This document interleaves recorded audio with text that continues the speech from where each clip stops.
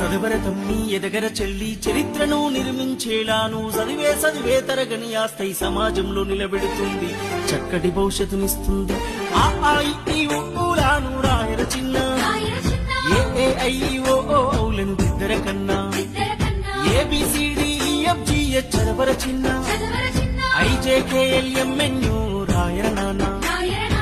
గుడి అడుగులు వేసినట్టుగా తడిపడి పదములు పలికినట్టుగా